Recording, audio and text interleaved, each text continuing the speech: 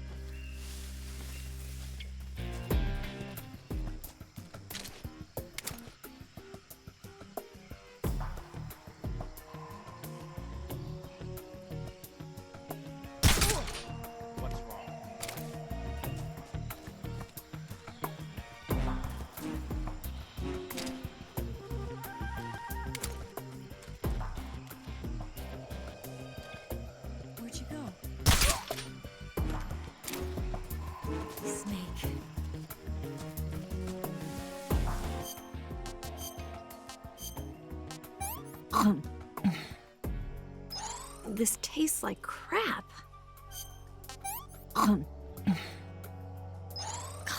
Yuck.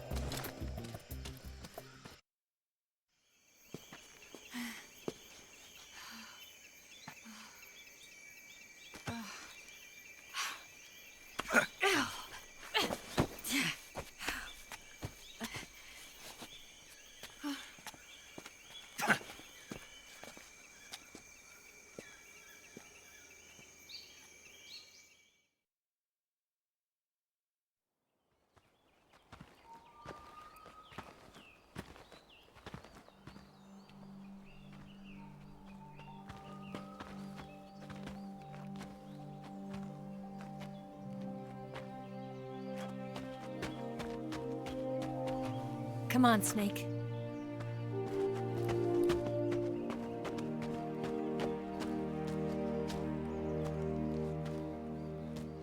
We made it. We made it. Over there.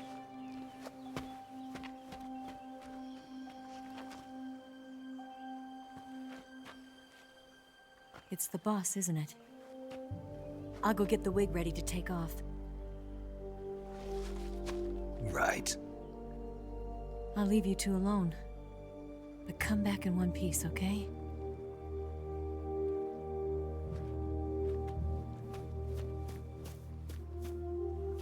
Promise me!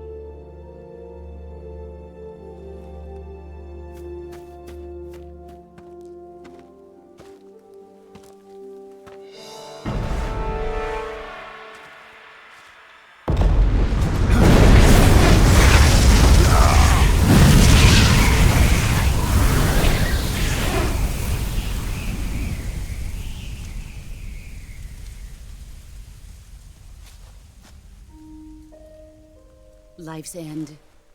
Isn't it beautiful? It's almost tragic.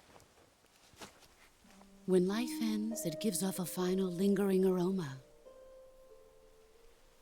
Light is but a farewell gift from the darkness to those on their way to die. I've been waiting, Snake, for a long time. Waiting for your birth, your growth, and the finality of today. Boss. Why are you doing this? Why? To make the world one again. The world used to be whole. But with the end of the Second World War, the philosophers began to fight amongst themselves, and the world was torn apart. The Cobras, my comrades who trained and fought alongside me, were torn apart as well. The foibles of politics and the march of time can turn friends into enemies just as easily as the wind changes. Ridiculous, isn't it? Yesterday's ally becomes today's opposition. And this Cold War? Think back. When I was leading the Cobras, America and Russia were fighting together. Now, consider whether America and Russia will still be enemies in the 21st century. Somehow I doubt it. Enemies change along with the times, the flow of the ages, and we soldiers are forced to play along. I didn't raise you and shape you into the man you are today just so we could face each other in battle. A soldier's skills aren't meant to be used to hurt friends. So then what is an enemy?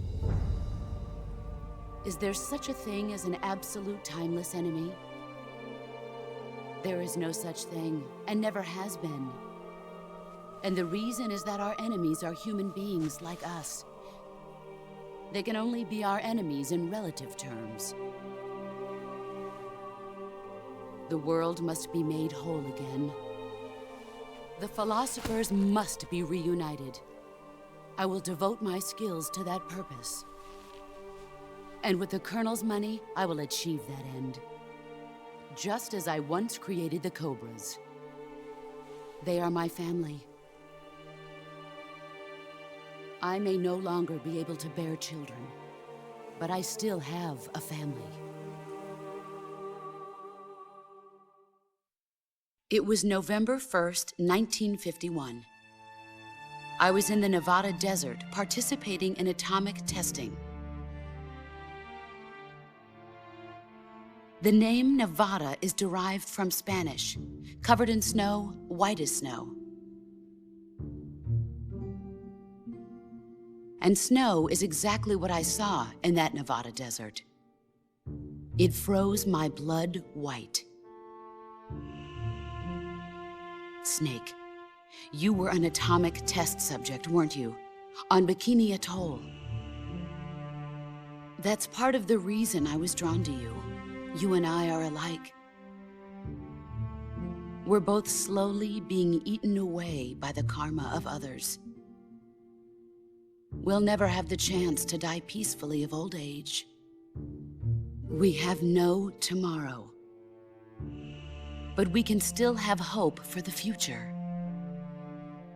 In 1960, I saw a vision of the ideal future from space. 3 years earlier, the Soviet Union had succeeded in launching Sputnik, the first man-made satellite in history, into orbit.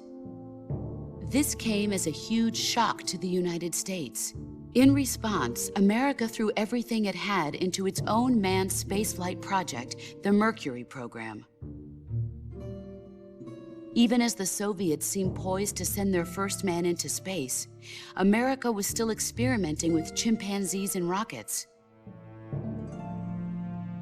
The government wanted human data. So they secretly decided to send a human being into space. I was the one they chose. At the time, they didn't have the technology to block out cosmic rays, and whoever they sent up would inevitably be exposed to heavy radiation. That's why they chose me. After all, I'd already been irradiated once. Of course, you won't find any of this in the history books. I could see the planet as it appeared from space. That's when it finally hit me. Space exploration is nothing but another game in the power struggle between the US and the USSR. Politics, economics, the arms race, they're all just arenas for meaningless competition. I'm sure you can see that, but the Earth itself has no boundaries. No East, no West, no Cold War.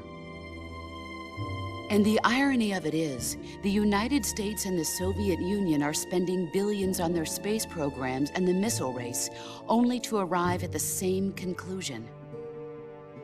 In the 21st century, everyone will be able to see that we are all just inhabitants of a little celestial body called Earth. A world without communism or capitalism, that is the world I wanted to see.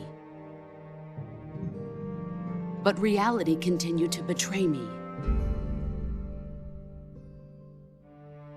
In 1961, I was sent to Cuba, to Bahia de Cochinos. It was part of a CIA-sponsored invasion under the guise of taking Cuban exiles back to their country. But the US government betrayed them. Our weak-kneed president held back their air support. Defenseless, the exiles were annihilated by the Cuban army. All I could do was watch in silence. I was set up by the very country I'd sacrificed so much for, by the very government I dedicated my life to defending.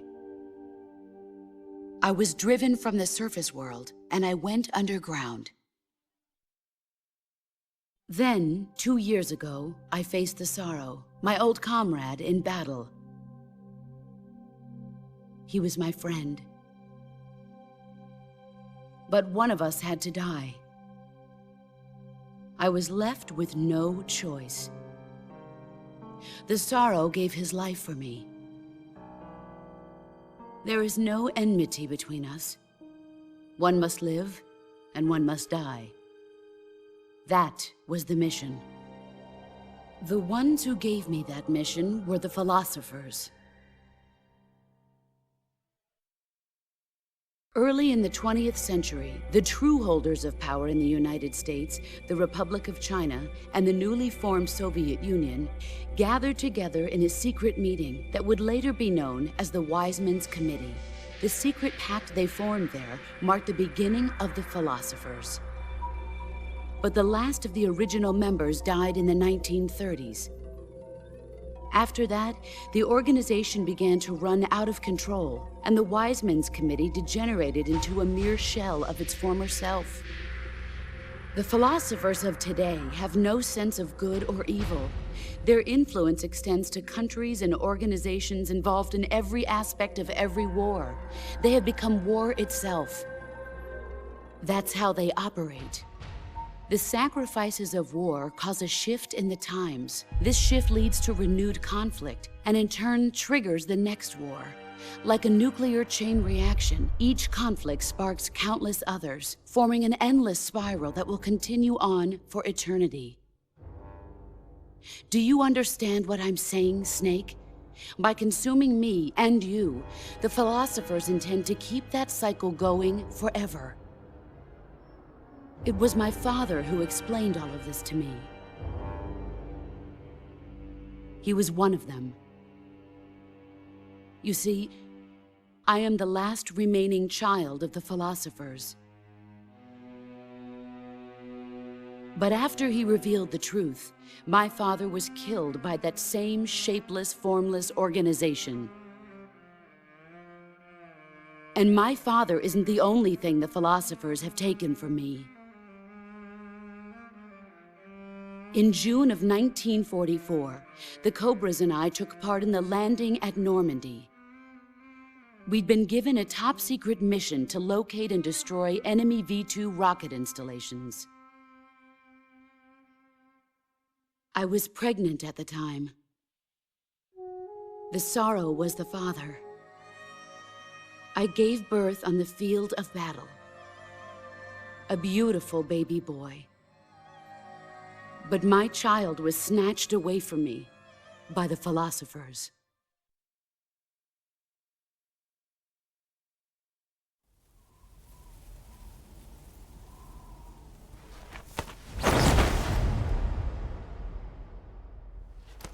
Look at this scar. This is proof that I was once a mother. I gave up my body and my child for my country. There is nothing left inside me now. Nothing at all. No hatred, not even regret. And yet sometimes at night, I can still feel the pain creeping up inside me, slithering through my body like a snake.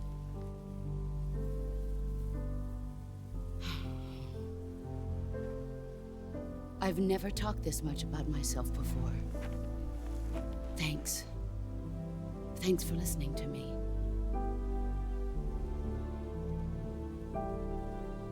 I feel content. Snake, commence the operation. I raised you. I loved you. I've given you weapons, taught you techniques, endowed you with knowledge. There is nothing more for me to give you. All that's left for you to take is my life, by your own hand. One must die, and one must live. No victory, no defeat. The survivor will carry on the fight. It is our destiny. The one who survives will inherit the title of boss. And the one who inherits the title of boss will face an existence of endless battle. I'll give you 10 minutes. In 10 minutes, MiGs will come and bomb the hell out of this place. If you can beat me in less than 10 minutes, you'll be able to escape in time. Let's make this the greatest 10 minutes of our lives, Jack.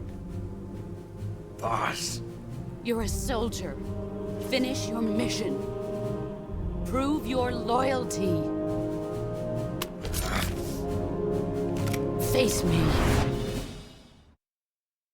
I come. Excellent, Jack.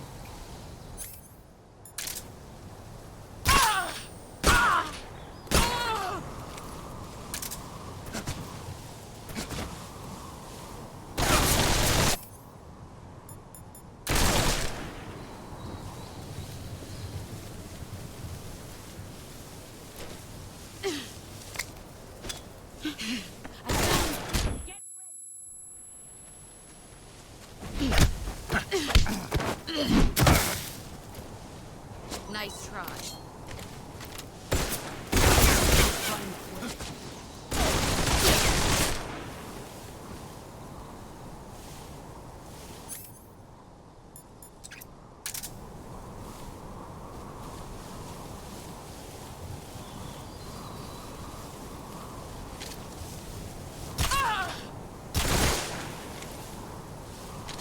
Let's see what you're made of.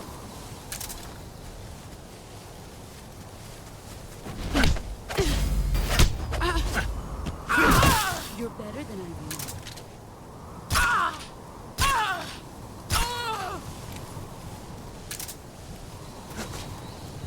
You've gotten stronger.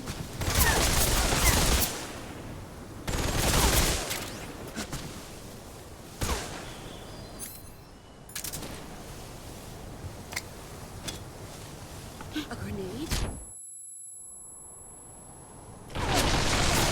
Get ready!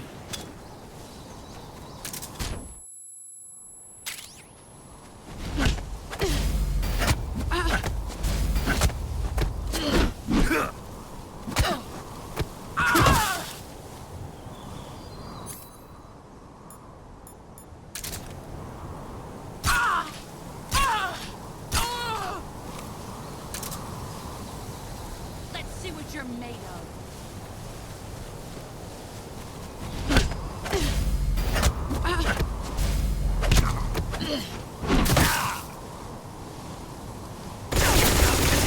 Heads up.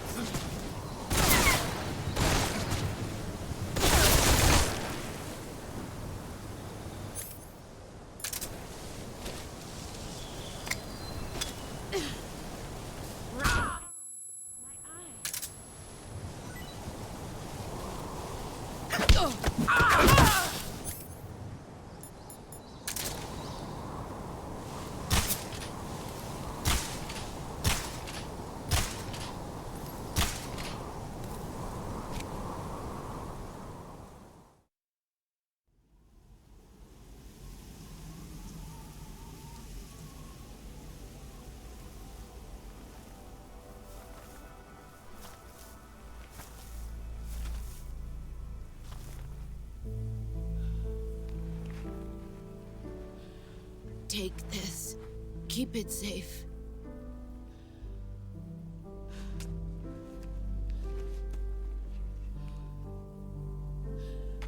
It's our only hope.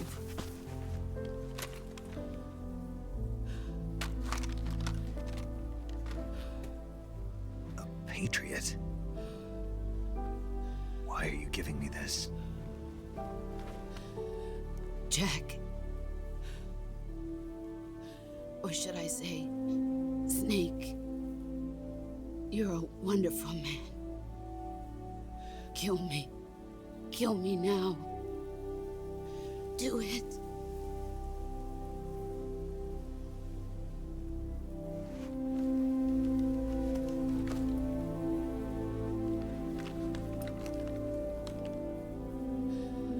There's only room for one boss and one Snake.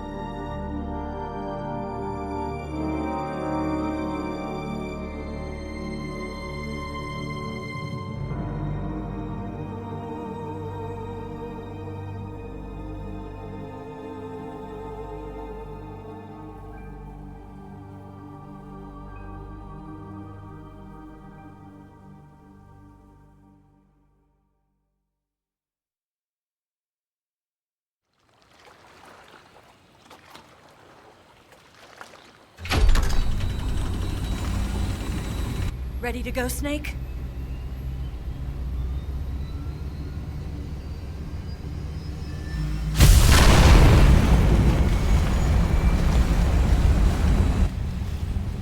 Are you okay? Snake? Yeah.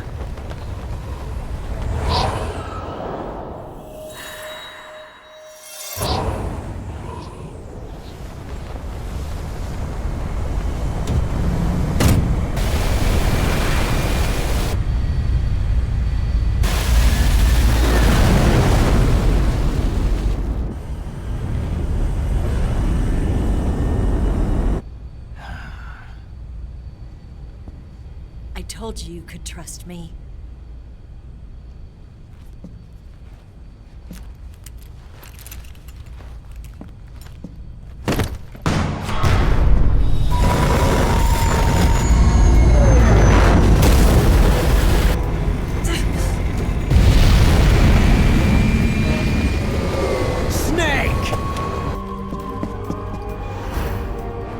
Ocelot! We're not done yet!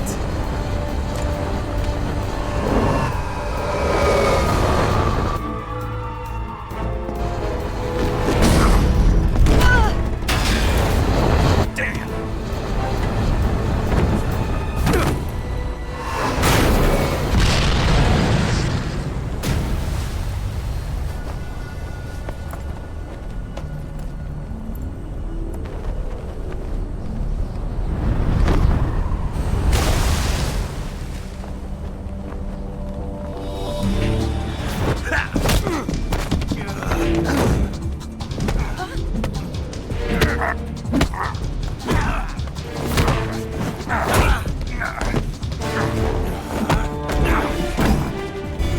Too heavy!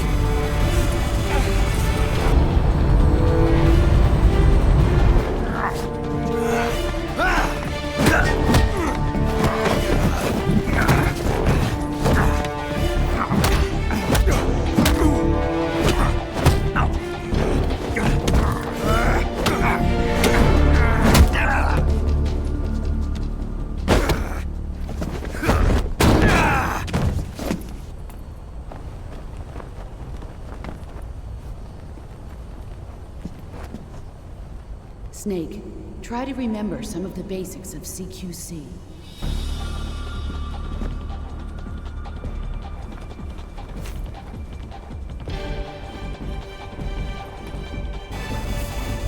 Not good!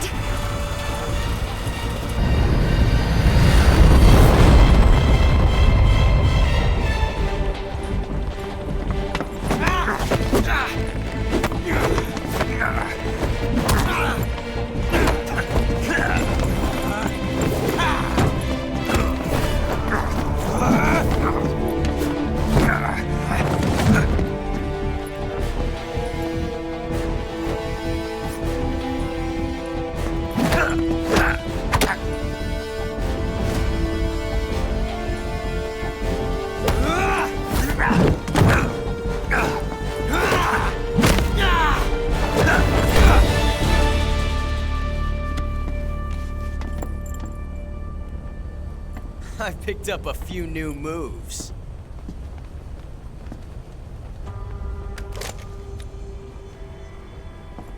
Huh.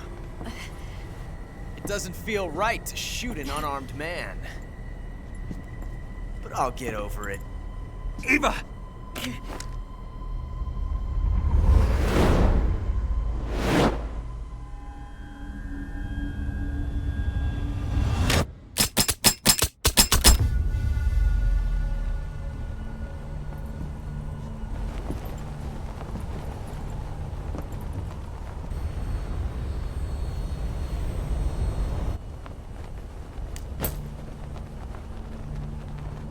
What do you say to one last showdown? Yeah, all right.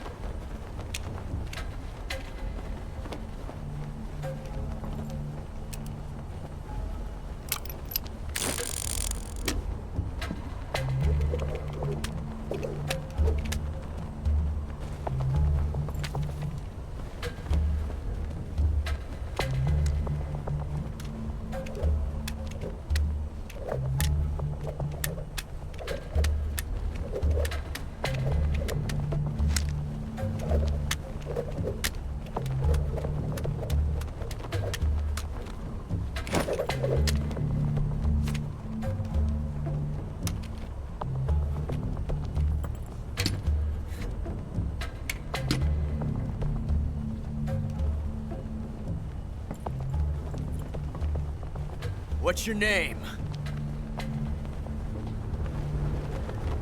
Snake. No. Not that name. You're not a snake, and I'm not an ocelot. We're men with names. My name is Adamska.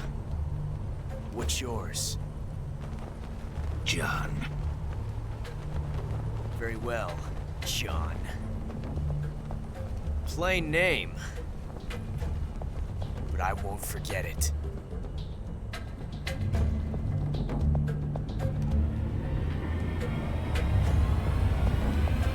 Come on!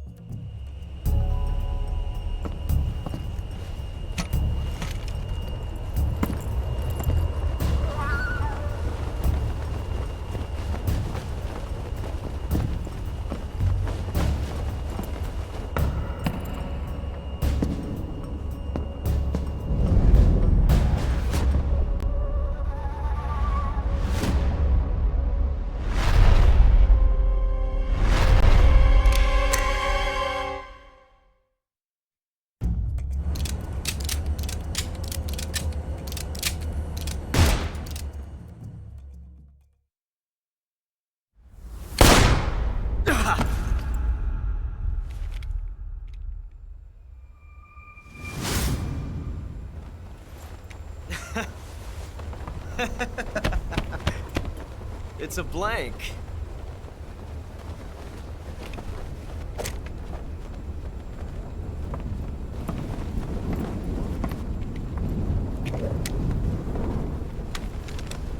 Ah, that was fun. Till we meet again, John.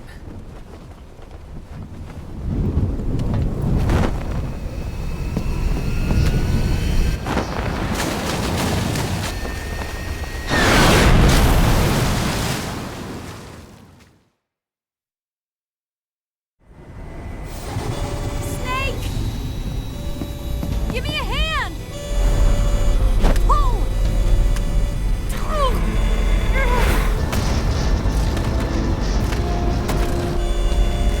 Come on, pull up!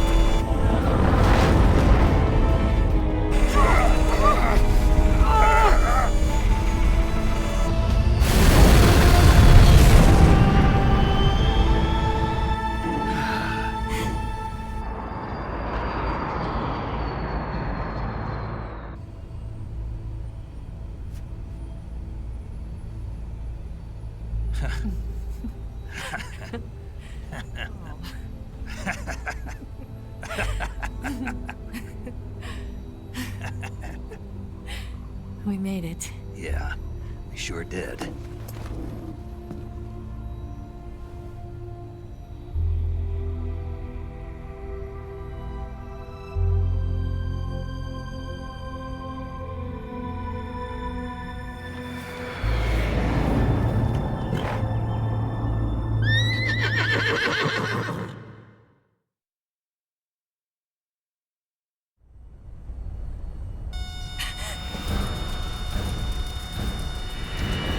Oh no, Mix!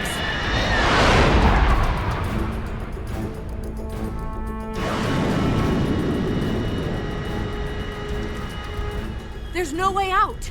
What are we gonna do? We've come too far to let them stop us now. Those things have got to be armed. It's no use. There's no way we can outmaneuver them.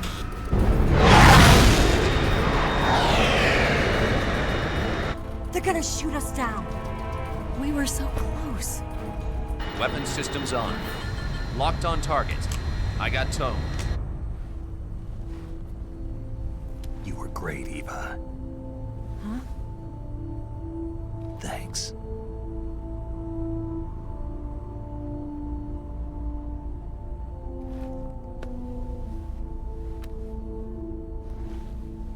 Oak 19, this is Control. Stand by for a direct order from the chairman. Oak 19, return to base immediately. Do you read me? This is a direct order from Comrade Khrushchev. Return to base immediately. Oak 19, do you copy? Understood. Aborting mission. RTB. Look! The MiGs are turning back! Woo!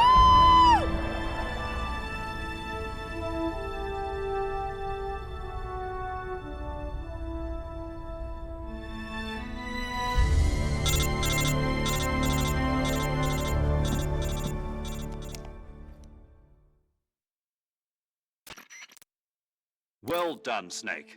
The MiGs disengaged. Most likely under orders from Khrushchev. Is this his way of helping us? Who knows? Maybe he didn't want things to get messier than they already are. Or maybe he just wanted us to owe him one. The important thing is, you made it out alive. As long as Khrushchev is with us, I don't think they'll be coming after you. It should be smooth sailing all the way to Alaska. I'm sending someone out to Galena Base to meet you. To meet me? The DCI and the President himself are waiting at Langley. Don't keep them waiting.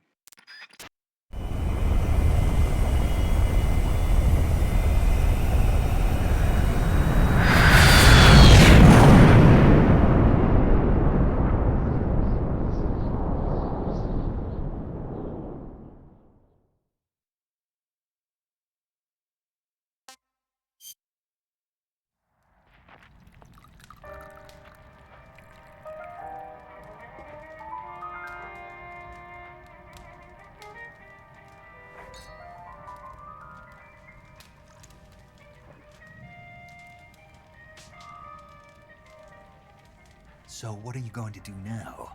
Go back to the KGB? What do you want me to do? Did you ever think about coming back to America? I can't go back. I've left America behind me.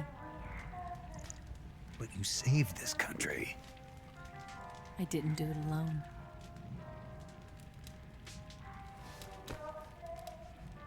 And I still owe you a dinner.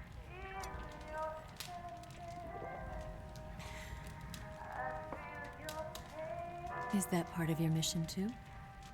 Or is it an order? Or is it an invitation?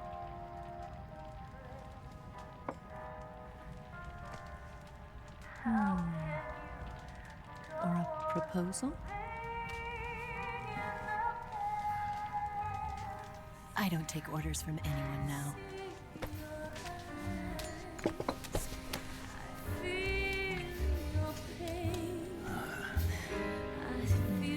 Sadness inside of me.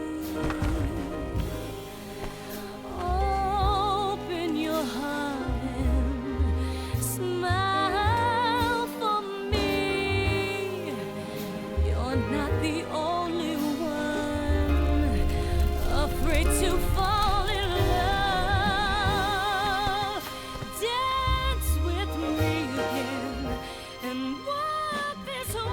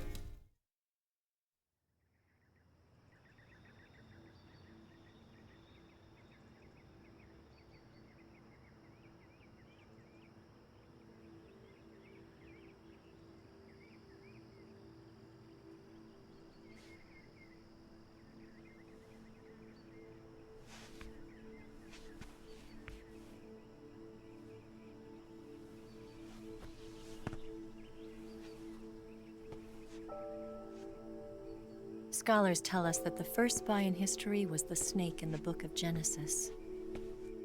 In that story, it was Eve who was tempted by the snake in the Garden of Eden. But this time around, it was I who tempted the snake and got away with the forbidden fruit of knowledge. Forgive me, snake.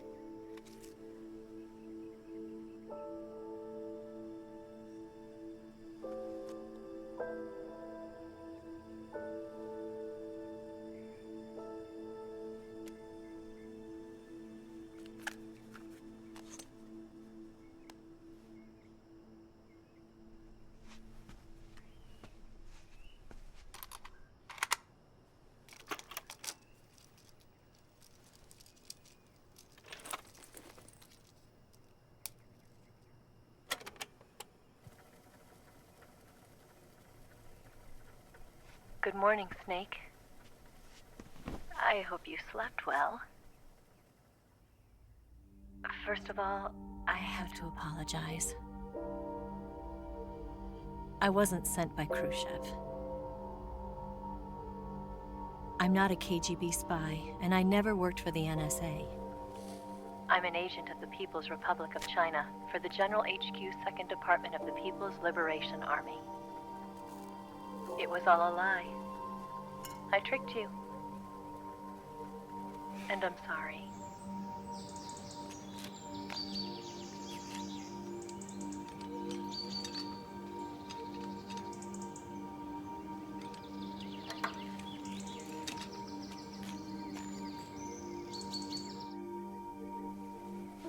The philosophers still exist in China, too.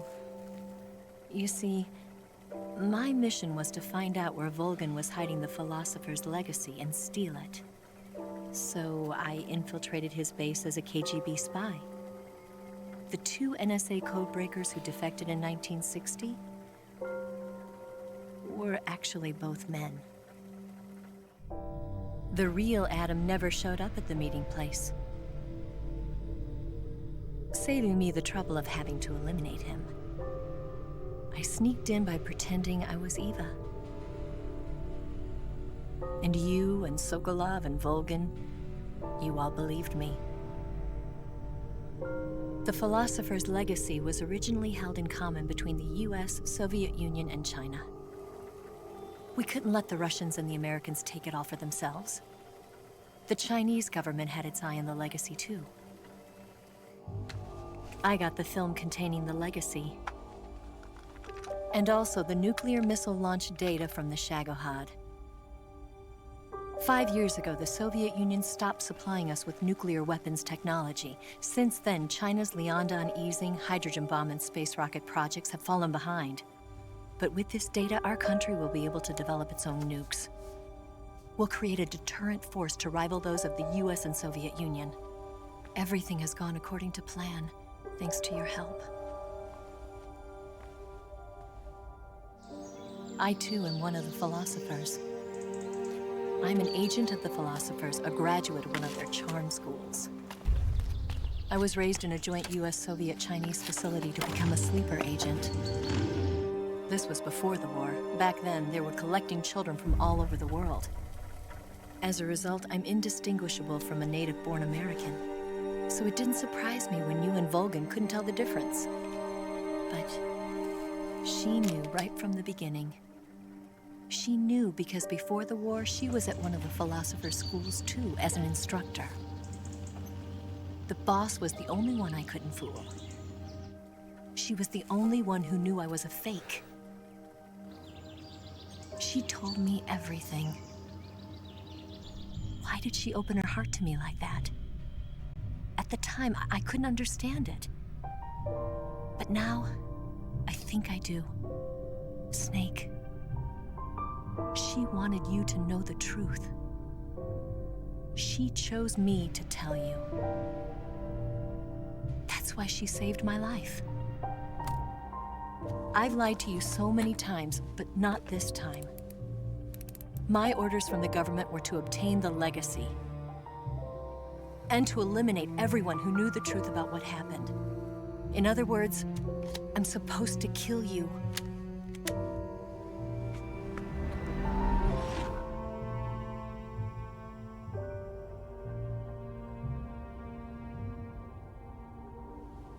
But I can't do it. Not because we loved each other. And not because you saved my life. But because I made a promise to the boss. And I intend to keep it. I just wanted you to know. And you have to live.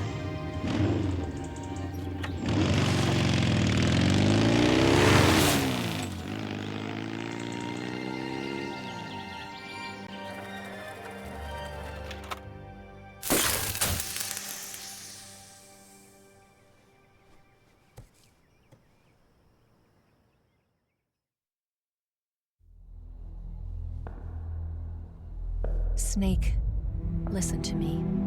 She didn't betray the United States. No, far from it. She was a hero who died for her country. She carried out her mission knowing full well what was going to happen. Self-sacrifice. Because that was her duty.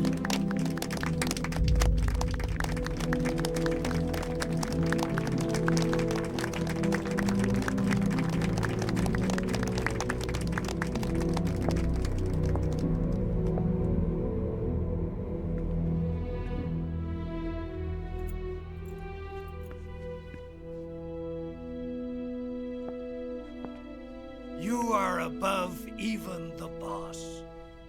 I hereby award you the title of Big Boss.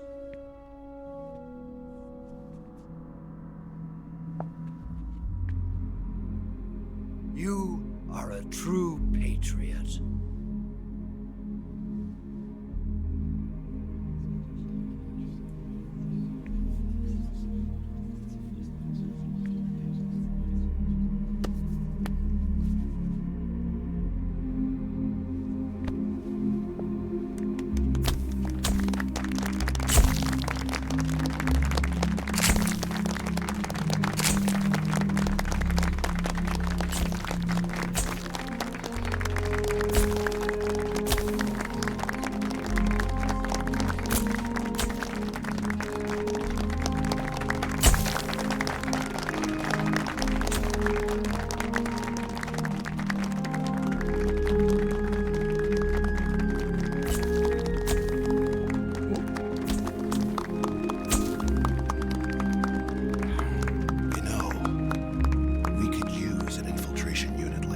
In the army.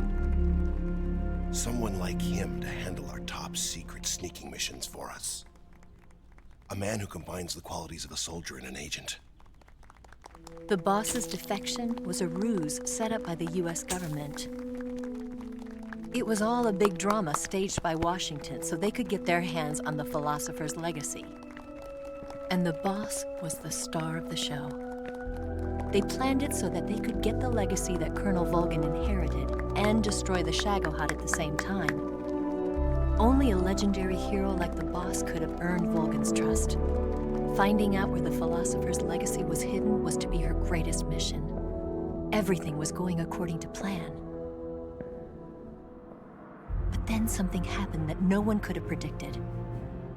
Colonel Volgin fired an American-made nuclear warhead at Sokolov's research facility. Khrushchev demanded that the US government provide proof that it wasn't involved. They couldn't just abort the operation to steal the legacy. So the operation itself was greatly expanded and revised. The authorities in Washington knew that in order to prove its innocence, they'd have to get rid of the boss, and that one of their own would have to do the job. The public couldn't be allowed to find out about it. Not ever. This, they concluded, would be the best way to keep the whole thing under wraps. The boss wouldn't be allowed to come back home alive, and she wouldn't be allowed to kill herself. Her life would be ended by her most beloved disciple. That was the way the government wanted it.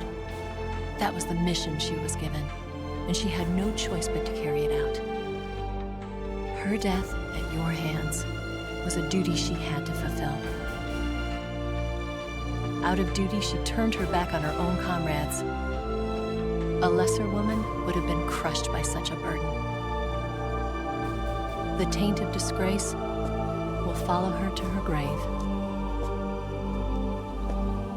Future generations will revile her. In America as a despicable traitor with no sense of honor. And in Russia as a monster who unleashed a nuclear catastrophe. She will go down in official history as a war criminal. And no one will ever understand her. That was her final mission. And like a true soldier, she saw it through to the end. But I think she wanted you, of all people, to know the truth. She wanted to live on in your memory. Not as a soldier, but as a woman. But she was forbidden to tell you herself.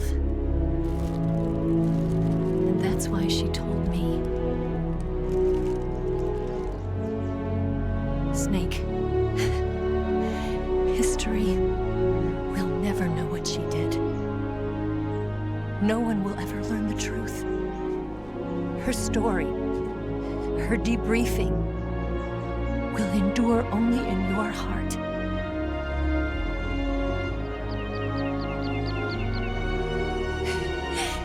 Everything she did for her country. She sacrificed her life and her honor for her native land. She was a real hero. She was a true patriot.